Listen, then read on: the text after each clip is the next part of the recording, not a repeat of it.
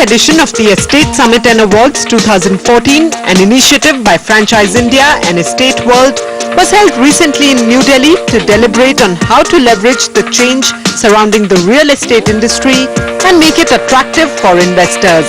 The conference was a conglomeration of over 250 leading developers, C-level real estate professionals, policymakers and government office holders.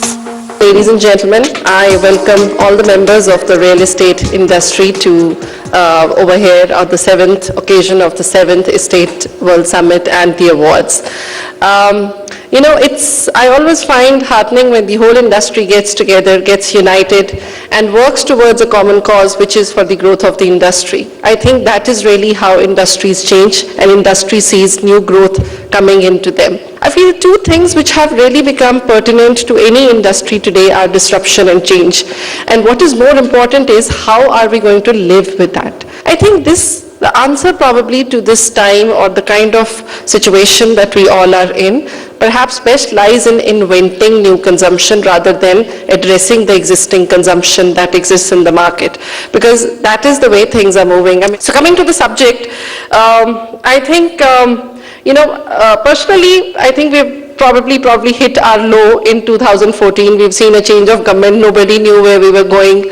And then, of course, the government looks more promising now. And now we are probably only scheduled to go one way, which I think is upwards. One of the biggest opportunities and probably also one of the biggest risks I see in the coming times is probably the smart city concepts. But my question is, are we really prepared to meet what these smart cities are calling for?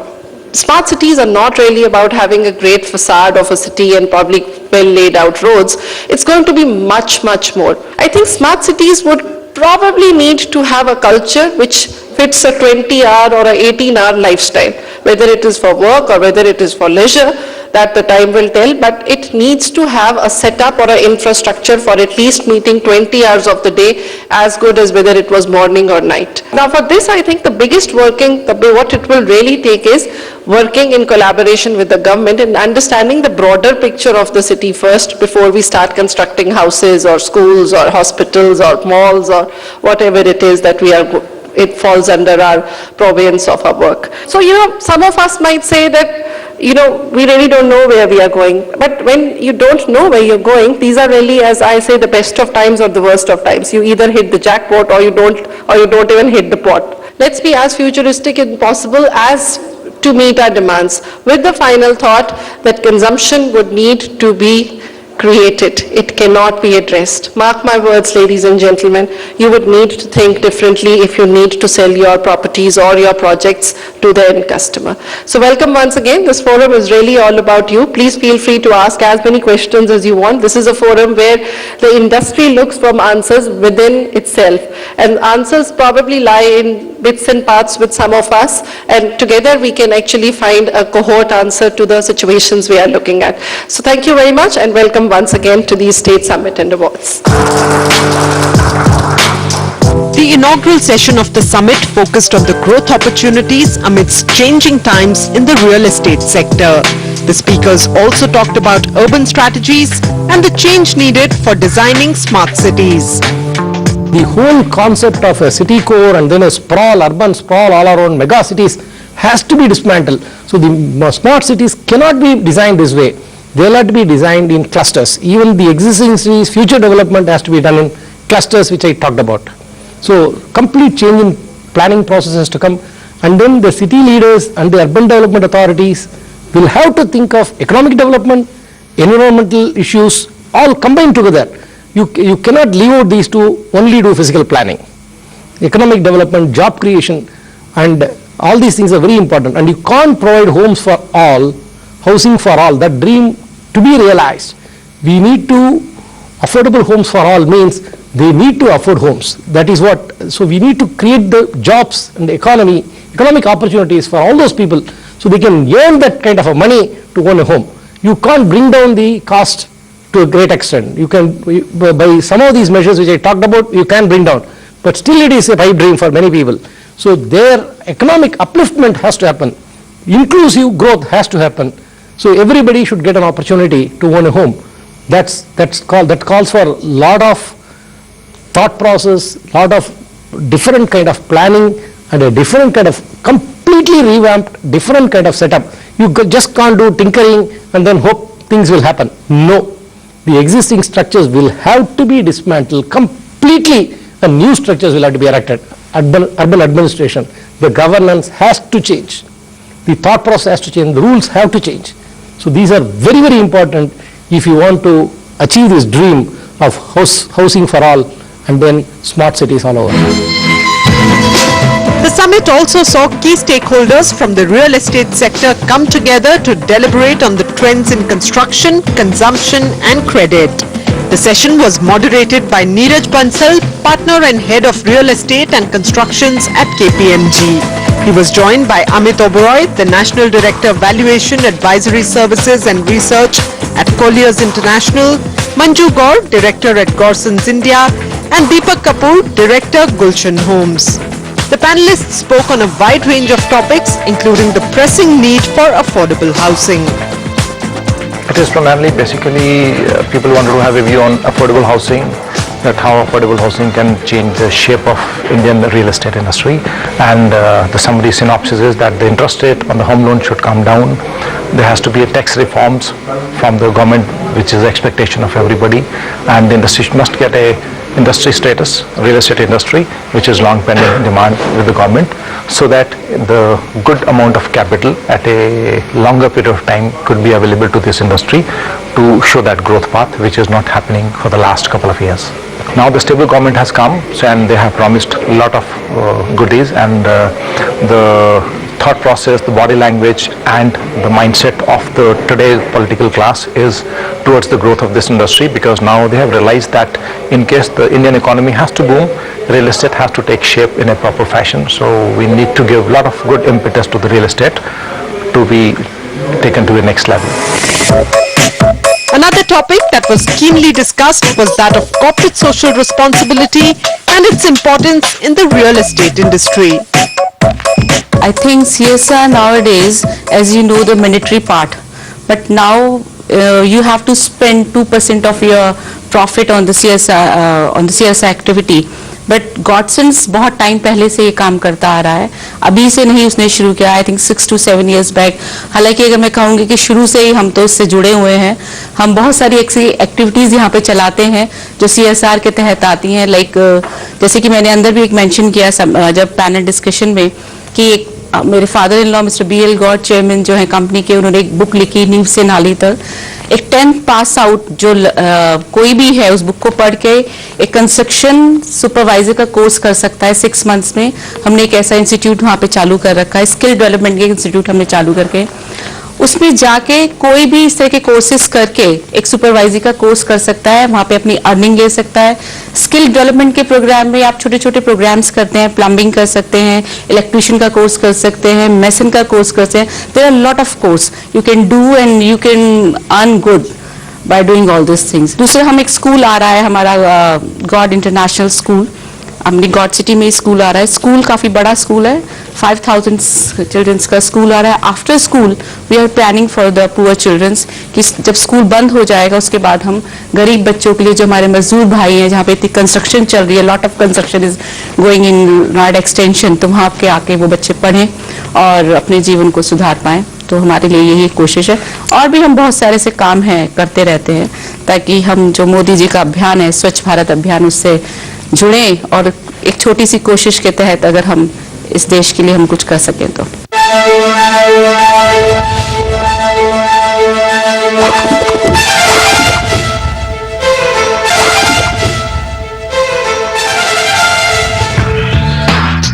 The second panel discussion of the day threw the spotlight on commercial and retail real estate. The session was moderated by Yogeshwar Sharma, Executive Director of Select City Walk. He was joined by Munish Baldev, Head of Retail at Unitech, Santosh Kumar, the CEO Operations and International Director at Jones Lang LaSalle, Sushil S. Dungarwal, Chief Mall Mechanic at Beyond Square Feet Advisory, and Deepak K. Agarwal, the Chairman of SMC Real Estate Advisors. New benchmarks in mall management as well as the impact of e-commerce on the real estate landscape were discussed by the panel. The discussion also delineated innovative funding options for real estate developers, especially in times of flagging sales. See, the topic of my session is the banks, they are not forthcoming to give the financing to the real estate sector the way the industry wants. The NBFCs, the financial institutions, they are not just funding, and even if the funds are coming, they are getting at a very higher rate, and that is a big problem. And why it is more a bigger problem? Because of the double whammy. The sales are just not happening. You know, in these tough times, as somebody says that necessity is the mother of invention, and some people, they took it as an opportunity. Even the regulations, even the legislations, they have become attuned to the requirement. We have seen the introduction of REITs. We have seen FDI rules easing. I think these two developments are definitely going to help the developers, the builders. The REITs can be a game changer. We expect that around 60,000 crore rupees is going to be unlocked in next 1.5 years. If that happens, that would be a big comforting factor for the real estate. And apart from that, some I'll say innovative methods of getting finance, say from the debentures, secured debentures which are being secured by say 2 times security, they are being privately placed, and that is how also the builders have been able to get finance. So, but these are not the actually true solutions, because you need long-term capital, and that can come only from financial institutions, from the banks. So there has to be, you know, a definite effort from the government side to ease this financing to the real estate development, because no country can afford to, you know, affect the real estate development, and it is one of the key contributor to the GDP. So I believe that going forward, we would see some easing of rules by RBI, the interest rate coming down, and ultimately this real estate sector will get a boost. The panel also discussed as to how malls can be strengthened as strong business avenues and how customers can be better engaged by them. See, basically, you know, there's always a tendency in people that malls are unsuccessful. I would say every good mall is successful, you know. If the mall is not successful, there must be millions of reasons behind it not being successful, and if we can identify those reasons, it's very easy to mitigate those issues, you know, because by a social behavior, consumers will spend, okay, consumers will shop, and they would want to go to a shopping mall, okay, and now more and more it's become a part and parcel of our culture, you know. Shopping centers have now become community centers for the society, you know. So there's no way malls cannot do well. 3 reasons only why malls fail in India, I would say. 1, they are badly designed. 2, they are sold out models. And 3, they are badly managed by mall management companies. So if these 3 key things are taken care of, I would say almost every mall in the country can be successful.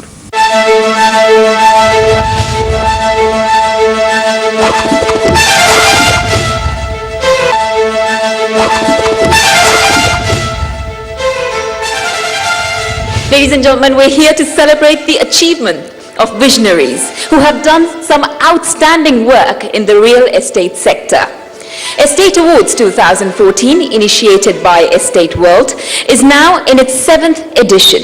This show is organized by Franchise India, which has been working since last 15 years in helping industries and business to achieve new phase of growth by bringing new business practices, and their larger philosophy continues to be, your growth is our business.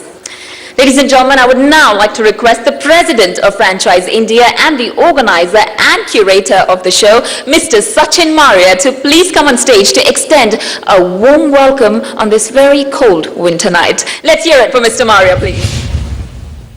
Ladies and gentlemen, very good evening. Objective of the show was about 5 years back to identify a community that we relate to the best, which is franchisees, channel partners, agents, brokers. And we looked at various consumption sectors, and we said that what are the consumption sectors wherein channel partners play an important role, because Franchise India is largely known for that. I really thank my team at Estate World and Franchise India who who took this small casual discussion between Remax and us to a point where we can proudly say it's one of the finest shows which happen in industry. And we will continue to commit ourselves to the consumer. We will continue to commit ourselves to the agent and quality practitioners of real estate sector. So with this, I must stop and let you enjoy the evening and celebrate people who've done extremely well in our sector. Welcome once again. Enjoy your evening. All right, now, ladies and gentlemen, it's time to applaud you all, because it's time for the rewards. Best Real Estate Consultant of the Year Regional, Finlace Consulting Private Limited, redefining professionalism in real estate.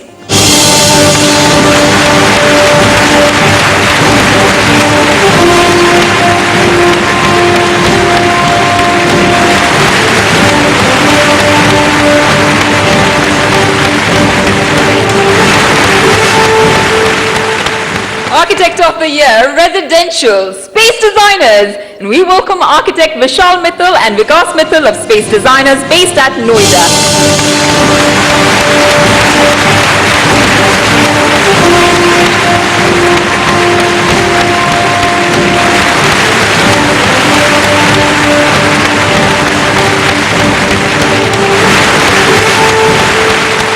Building Material Supplier of the Year, and the winner is Pergo India Private Limited.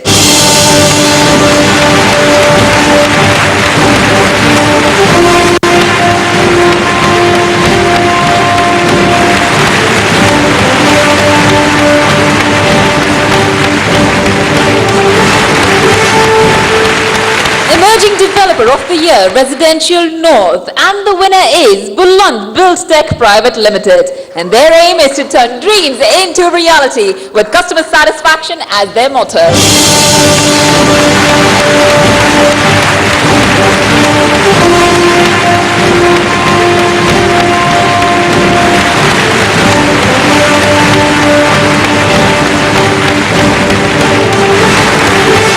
Integrated Township of the Year, North, Mahagan Modern, the name that performs.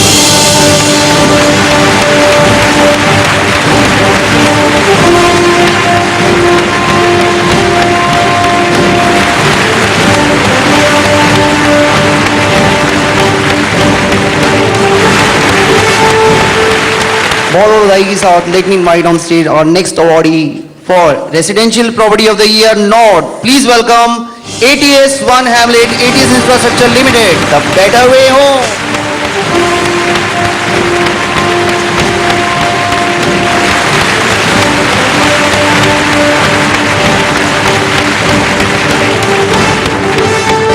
Young Achievers Award North, Mr. Manoj Kumar Singh, Mangalia, Buildtech Private Limited. Hope, home and happiness.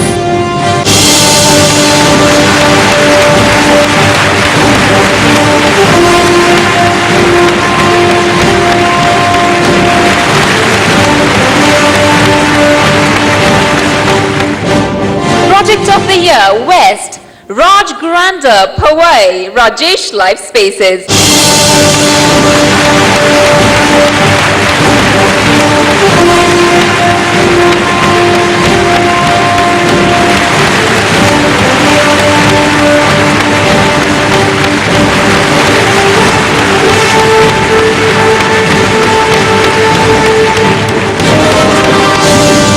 Best Luxury Premium Housing Developer of the Year North, Gulshan Homz.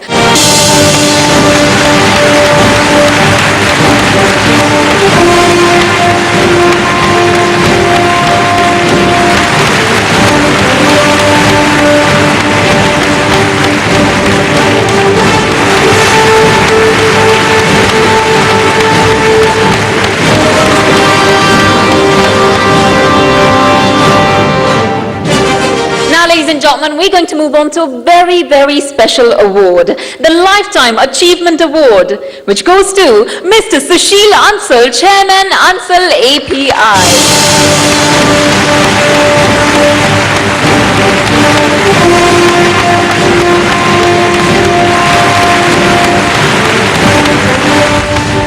I have one thing to share with you tonight, and which is the challenge that we all are facing. We talk of big challenges, we talk of India going through a difficult phase, we talk about several other things, but let's look within ourselves. You will appreciate that the image of the real estate developers is not that good, which we would all like it to be. It is for us to remove this myth and remove this apprehension and this fear and this may I say, little tarnished image of our industry amongst the investors, the media, and the politicians. This tarnished image must be removed. In the end, it's not the money that you earn that matters. It is the image and reputation that one earns that matters. And that never dies. Everything else goes away and comes. If we all go today after taking a vow that we will from tomorrow onwards ensure to the best possible extent we undergo a change for the better, a change which will improve our image and reputation in the country. Thank you very much. Thank you. We feel very happy and proud that we are delivering such a wonderful projects, which are those projects which are award winning.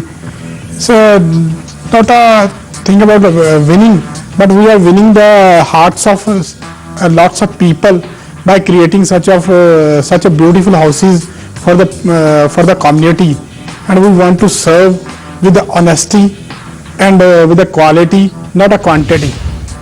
On behalf of camp developers, first of all, I would like to thank to the jury, Franchise India, for nominating us as the best real estate affordable project of the year. We are quite humbled by the gratitude and by the initiative, which is bringing up a lot of knowledge, a lot of education, a lot of awareness about the smart city concept, about the land pooling policy, about the opportunities related to the residentials, related to the commercials, what the industry phase is going through. The journey from the morning till this time is very important and was very fruitful, because a lot of the decisions, a lot of the industry experts that spoke us about the entire phenomena, the kind of scenario going on, the expectations from the budget was phenomenal. I'm indeed grateful and thankful to Franchise India for selecting me for the Lifetime Achievement Award. I feel there is still a long way for me to go.